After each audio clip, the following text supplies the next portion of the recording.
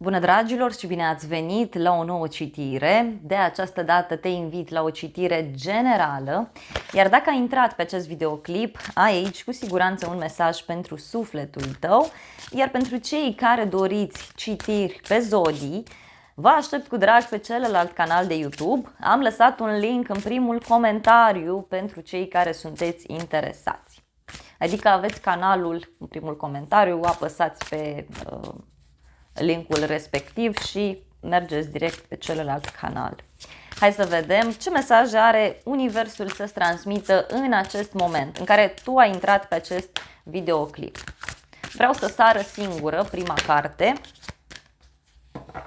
Bun.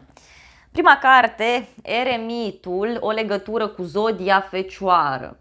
După cum observi, aici este vorba de o persoană înțeleaptă. Da? Simt o energie înțeleaptă.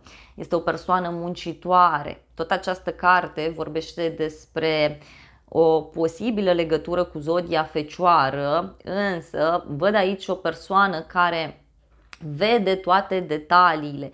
Este o persoană concentrată foarte mult pe ceea ce face. Pentru unii văd aici o persoană care nu are încredere în forțele proprii. Din acest motiv e nevoie câteodată să nu te mai lași condus de ceilalți. Simt aici că unii dintre voi poate chiar sunteți mult prea modești, poate sunteți mult prea blânzi, da? Deja aveți o înțelepciune, deja știți că ori sunteți suflete vechi, ori știți că aveți deja o înțelepciune, deja ați ajuns la un nivel și atunci parcă nu prea vă mai interesează. Ei, poate ar fi bine să vă mai concentrați puțin pe detalii. De asemenea, văd pe cineva care alege să se însingureze, cineva care vrea să stea puțin el cu el. Pe de altă parte, văd o posibilă legătură cu un specialist pe un anumit domeniu sau cu o persoană care are deja o experiență destul de mare și care să știi că îți este alături, da? Te poate sfătui, te poate ghida. Pentru unii poate să fie vorba de o persoană mai în vârstă, pentru alții pur și simplu e vorba de o persoană care a mai trecut prin ceea ce tu experimentezi. Uite, avem aici un 10 de spade, 10 de spade și cu 5 de bâte. Simt aici o durere foarte mare în sufletul cuiva. Cineva care simte că ceva s-a încheiat.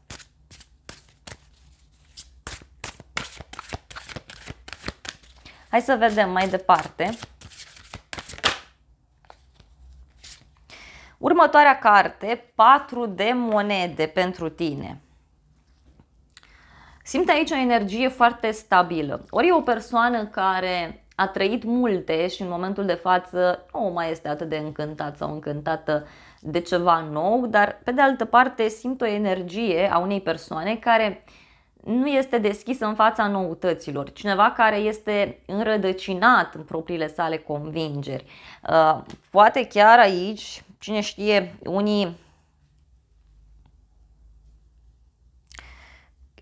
chiar, să spun așa, deja sunteți foarte bine fixați pe o anumită poziție. Dacă e vorba de o relație de iubire, aici lucrurile sunt foarte stabile între voi. Deci relația poate să meargă chiar într-o direcție foarte serioasă, dar matură. Și atunci, normal, când intervine maturitatea într-o relație, se mai duce din acea flacără existentă. E normal să fie așa. Uite, 3 de cupe și cu împăratul. Totuși văd o avansare pentru tine, văd o bucurie. Cineva care vrea neapărat să meargă în acea vacanță, să meargă la acea petrecere, să se distreze, să se simtă bine. Dar pe de altă parte văd o persoană ușor încăpățânată care evită să ia o decizie. O decizie legată de un eveniment important, o decizie legată de o relație de triunghi amoros, posibil și acest aspect. Wow! Bun, următoarea carte, Justiția, o legătură cu zodia Balanță, văd aici. Însă, mi s-a transmis un mesaj foarte clar.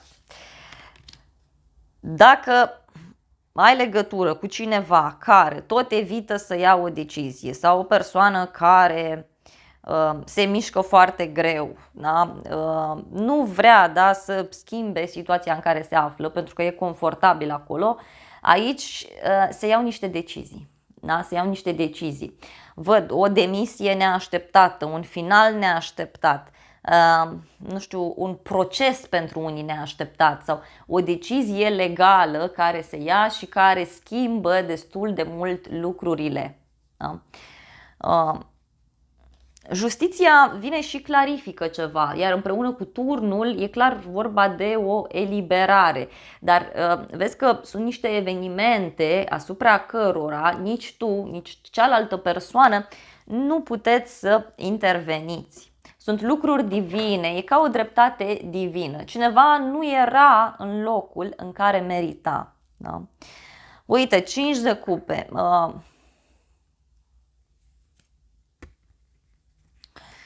Diavolul, o legătură cu un Capricorn. E clar aici vorba ori de o relație toxică, ori de niște dependențe pe care cineva le are.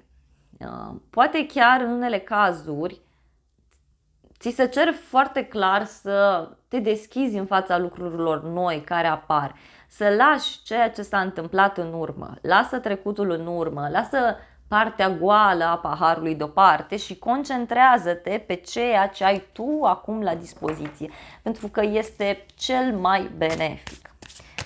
Hai să vedem mai departe ce se întâmplă, despre ce e vorba.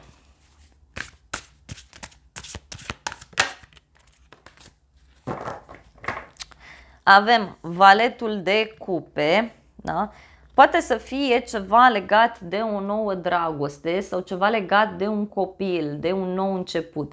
Văd aici niște cuvinte frumoase pe care le primești, mesaje de apreciere, de laudă, dar tot acest valet de cupe vorbește și despre o persoană neexperimentată din punct de vedere emoțional și aici nu mă refer neapărat la o persoană mai tânără din punct de vedere al vârstei. Da? Uite, 8 de monede, poate aici aștepți o veste, deci dacă aștepți o veste legată de muncă, să știi că aceasta este pozitivă. Văd aici un nou început, văd o bucurie legată de muncă, legată de un proiect la care lucrezi, cineva vrea să repare o relație. Uite, apare o veste foarte bună din partea unui șef sau afli că ceva se clarifică, afli de o situație că devine din ce în ce mai pozitivă pentru tine. Iar asta este absolut fantastic, da? Dacă ai un copil, vezi că afli niște vești bune de la acesta. Ok. Regele de monede.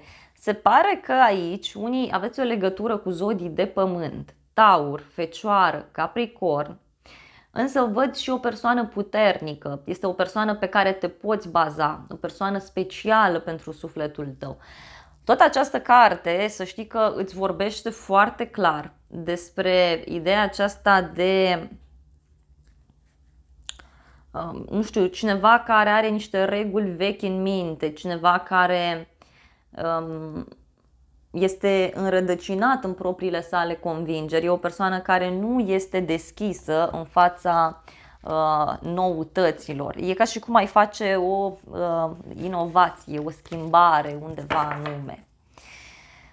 La bază, spânzuratul. Spânzuratul care vine și îți spune despre o legătură cu zodia Pești, însă având și acest 10 de spade, aici mai simt să-ți transmit că ceva se închide în viața ta, un blocaj se închide și te eliberezi.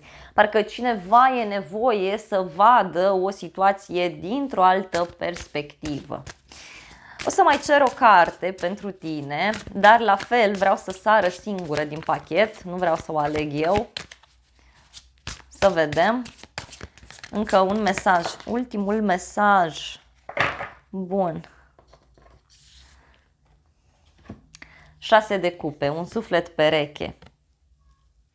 Ai aici o persoană care este suflet în suflet cu tine. Ceea ce simți tu, aia simte și cealaltă persoană, ceea ce experimentezi tu, Acest aspect îl experimentează și cealaltă persoană și această carte vorbește despre trecut în egală măsură. Uite, mai ai regele de spade și 3 de monede. Se iau aici niște decizii care nu convin unui bărbat, dar care sunt pozitive.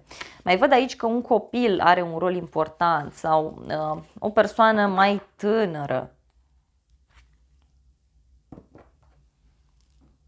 Cineva renunță la ceva anume. Asta se vede foarte clar aici. Deci un sacrificiu, se repetă mesajul.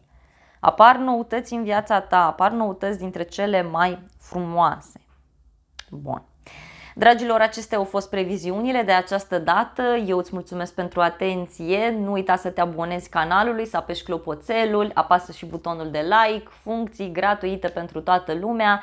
Dacă vrei, apasă și butonul de mulțumire dacă vrei să-mi susții activitatea și de asemenea nu uita să recomanzi canalul unei persoane dragi ție și te aștept cu drag la o altă citire dacă dorești să mai vizionezi.